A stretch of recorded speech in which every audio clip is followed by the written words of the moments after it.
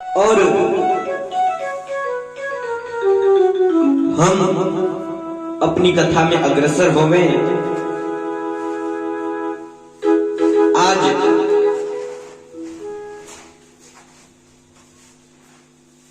भगवान श्री हरि के पास एक तरफ दुर्योधन और दूसरी तरफ अर्जुन आज पहुंचे हैं और महाभारत युद्ध का समय आ गया है। तो आज दुर्योधन भगवान श्री हरि के शिरहाने पे विराजमान है और अर्जुन जब आते हैं तो भगवान के चरण कमल की तरफ विराजमान होते हैं, वहां पे बैठते हैं। भगवान के चरण कमल के पास बैठता देख अर्जुन को भगवान ने बोला, अर्जुन आप वहां क्यों बैठ रहे हैं, इधर आ जाए, ऊपर आके गद्दी पे आसीन हो। तब अर्जुन आज बोलते हैं कि प्रभु मैं आपके पास एक याचना लेके आया हूं, आपके पास मैं कुछ मांगने आया हूं और मांगने वाला व्यक्ति हमेशा नीचे की तरफ ही बैठता है। आज ठाकुर जी बोलते हैं क्या चाहिए आप दोनों को। तब दुर्योधन बोलता है प्रभु मुझे आपकी सेना चाहिए। तो आज ठाकुर जी ने बोला कि एक तरफ मेरी 13 अक्षौहिणी सेना और दूसरी तरफ मैं, और वो भी मैं शस्त्र नहीं उठाऊंगा।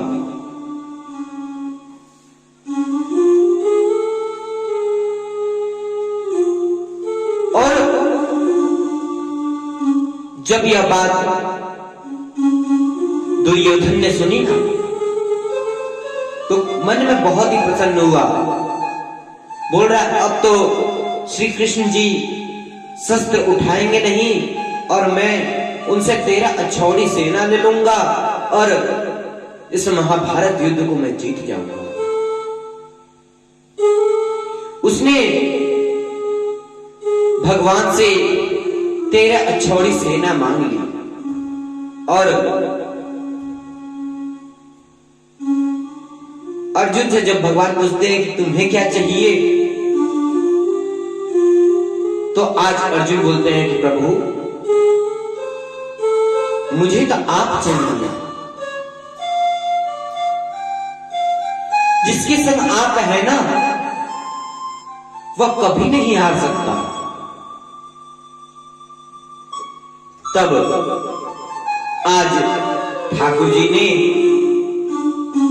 दुर्योधन को 13 अक्षौहिणी सेना प्रदान की है और अर्जुन के साथ खुद ही निकल पड़े।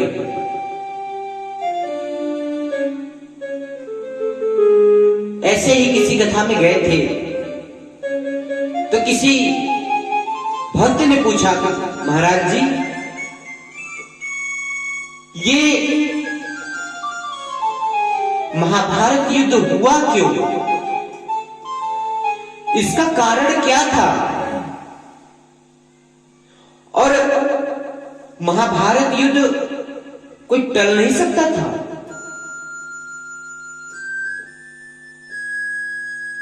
जो उत्तर मैंने वहां ही दिया था आज आप सबको भी बताते हैं। जो ये महाभारत हुआ था ना,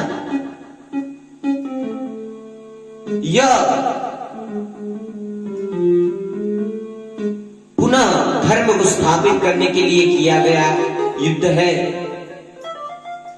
कि जो पाप था वह बहुत ही बढ़ चुका था और कुछ कवि और साधु जनों की मत है। आइए कुछ श्लोकों के जरिए हम जानते हैं नारी के चक्कर में गई बाली की जान, नारी के चक्कर में गई बाली की जान, और दस्कंधर ने मान गवाया था। नारी के चक्कर में गई बाली की जान, दस्कंधर ने मान गवाया था, और नारी के चक्कर में हुआ महाभारत, और नारद का मुंह बन गया था बंदर का। जानते हैं, नारी के चक्कर में बाली की जान गई थी। आज अपने अनुज की, अपने छोटे भाई की पत्नी पे अधिकार बाली ने जमाया है, तो उसका प्राणांत किया है श्री राघवेंद्र सरकार ने, और सुग्रीव का पुनः राजस्थान दिया है। नारी के चक्कर में गई बाली की जान, दस्कंधर ने मान गवाया था। दस्कंधर जानते हैं किसे कहते हैं? रावण को। 10 सिरों का अधिपति जो है, जो 10 सिरों का अधिपति है, उसने अपना मान गवा दिया मात्र अपनी बहन शूर्पणखा की वजह से। ना शूर्पणखा जाकर राघवेंद्र सरकार से विवाह की याचना करती, ना ही उसका आज लक्ष्मण जी ने नाक काटा होता, और ना ही रामायण में जो लंका युद्ध चला है, आज रावण का मृत्यु हुआ है, ना वो होता। तो भगवान की ये तो सब लीलाएं हैं, मगर हम आप उस चीज को समझ लें, हम आप उस चीज को समझें कि क्यों ये सब होते हैं, और अपने जीवन में उतारें कि ऐसा हम गलती कभी नहीं करेंगे। इसलिए भगवान ने यह लीलाएं रची है। तो दशरथ ने अपनी बहन की वजह से अपना मान गवा दिया। आज लंका पूरा जल के राख हो गया है, और नारी के चक्कर में हुआ महाभारत। आज द्रौपदी के चक्कर में महाभारत हुआ है। जानते हैं क्यों? जो दुर्योधन था, द्रौपदी से विवाह करने गया था, तो वहां पे आज पांडव सब मिलकर अर्जुन से विवाह करवाए हैं, और दुर्योधन जो है मात्र उसी बदले के कारण आज पांडवों से और घृणा करने लगा है, और महाभारत युद्ध की घोषणा हुई।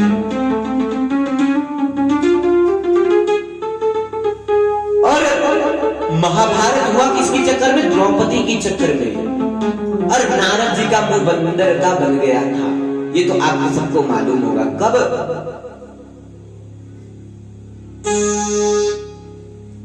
एक बार स्वयंवर रचा गया, और सभी लोग, सभी राजा, सभी देवतागण सज सवर कर आज राजभवन की तरफ बढ़े थे।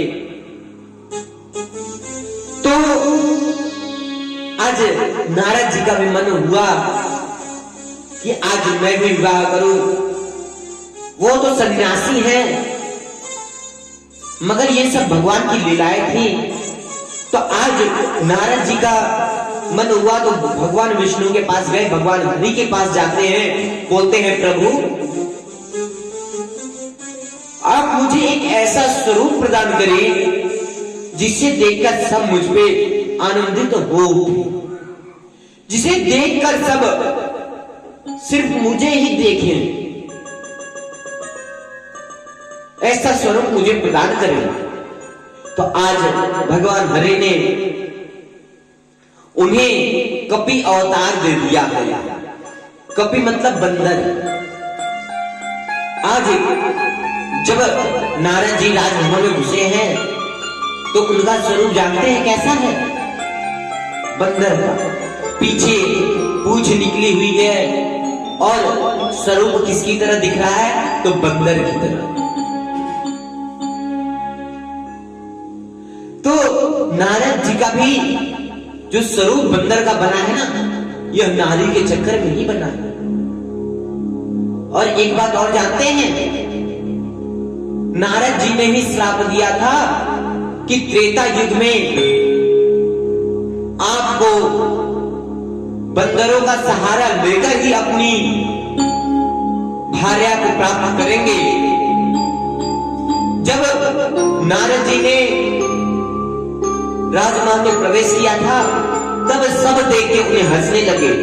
और जब नारद जी ने स्वतः को दर्पण में एक बार देखा ना, तो भगवान में बहुत क्रोधित हुए और बोलते हैं कि आपने जिस प्रकार मुझे कपि रूप दिया है, आपने जिस प्रकार मुझे कपि रूप दिया है, उसी प्रकार आपको त्रेता युग में, आने वाले युग में इन्हीं बंदरों के समर्थन के कारण आपको अपनी पत्नी, अपनी भार्या प्राप्त होगी। और उसी के कारण आज हनुमान जी महाराज और सभी सुग्रीव की सहायता से, सुग्रीव और अंगद जी की सहायता से आज श्री राघवेंद्र सरकार मां जानकी के खोज में आज सफल हुए हैं।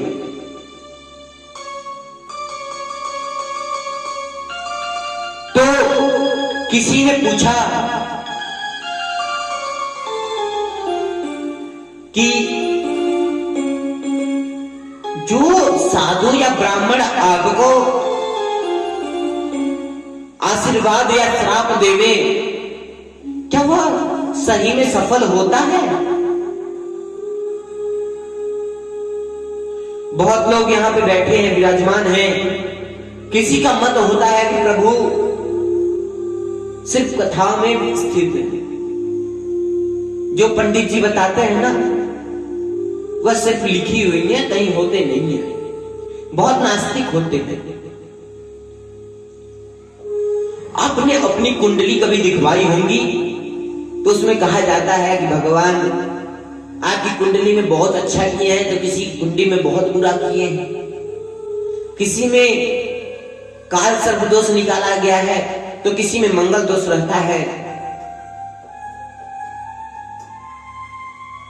तो वो सब भगवान की ही लीलाएं होती हैं। और हमने पहले भी प्रथम दिवस की कथा में आपको श्रवण कराया था। आज भी थोड़ा सा उधर अवगत करा दे कि जो ताप होते हैं ना, वो 3 प्रकार के होते हैं, दैहिक, दैविक और भौतिक। और कुछ साधु संतों का इस पे एक दोहा भी लिखा हुआ है, दैहिक दैविक भौतिक तापा, दैहिक दैविक भौतिक तापा, राम राज्य का हो नहीं व्यापा। जो दैहिक जो पीड़ा है ना, जो देह में आपके ताप है, जो देह में आपको दिख रहा है, वह दैहिक ताप कहा गया है। जैसे हमें चोट लग जाना,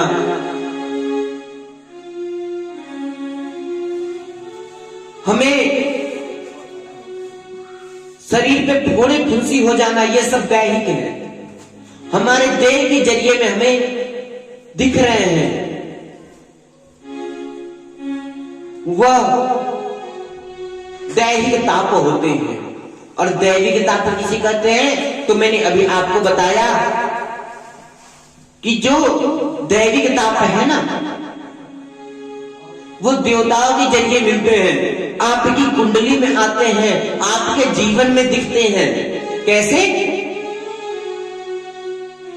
जो आपकी कुंडली में जो दोष निकलते हैं, जो राहु केतु का पंडित जी लोग बताते हैं कि ये राहु आपके स्थान पे, इस स्थान पे बैठा हुआ, ये खराब है, वो दैविक श्राप है। और भौतिक क्या है, जो हमें इन ऋतुओं से मिलता है। ऋतु मतलब जो सर्दी गर्मी ये सब होती है ना, बरसात, तो इनके जरिए में होने वाले कष्ट, उनके जरिए में होने वाला मुझे जो दुख है वह भौतिक कहा गया है। दैविक दैविक भौतिक तापा और राम राज्य का हूं नहीं व्यापा। जो राम राज्य है ना वह कहीं सीमित नहीं रहा है, पूरे अखंड भारत में। अखंड मतलब पहले जो भारत था ना, आज ये बटा हुआ है। हम लोग संकल्प पढ़ते हैं, जम्बू द्वीपे भारत वर्षे भरत खंडे आर्यावर्तांतर्गत ब्रह्मावर्ते देशांतर्गत। जो यह प्रदेश है कितना बड़ा था, आर्यावर्तांतर्गत, जो पूरे आर्यावर्त है, पूरा एशिया है, वह कभी भारतवर्ष कहा जाता था। मगर आज ये सब बट गया है। तो पूरी एशिया में, पूरे ब्रह्मांड में राम राज्य स्थापित था। और जब तक राम राज्य रहा ना, तब तक यह तीनों ताप किसी व्यक्ति पे नहीं दिखे। दैविक दैविक और भौतिक जो थे ना, जो देह के जरिए में हमें मिलते थे। आपने कभी नहीं सुना होगा कि त्रेता में, द्वापर में किसी आदमी को ज्वर पकड़ लिया, किसी व्यक्ति को कोई फोड़ा फुंसी हो गया,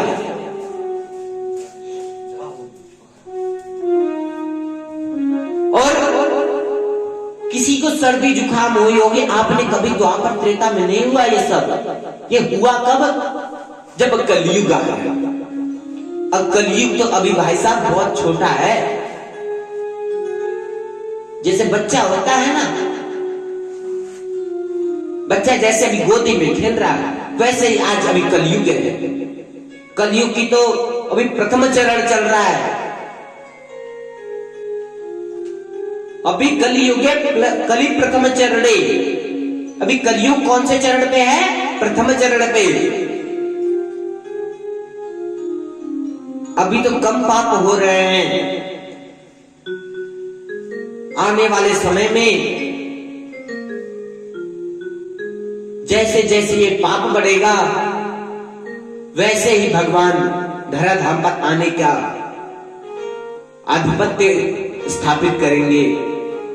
और कलयुग में तो आप सबको कथा में सुना ही होगा आप सबने कि कल की रूप में भगवान अवतरण होने का श्रीमद् भागवत में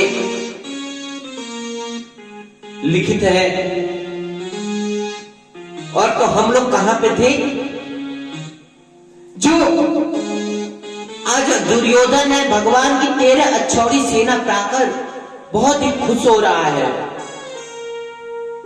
एक बात बताऊं मैं, जो सेनाधिपति होता है, जो सेना का संचालक होता है, जो सेना का मंत्री होता है, वह सही होता है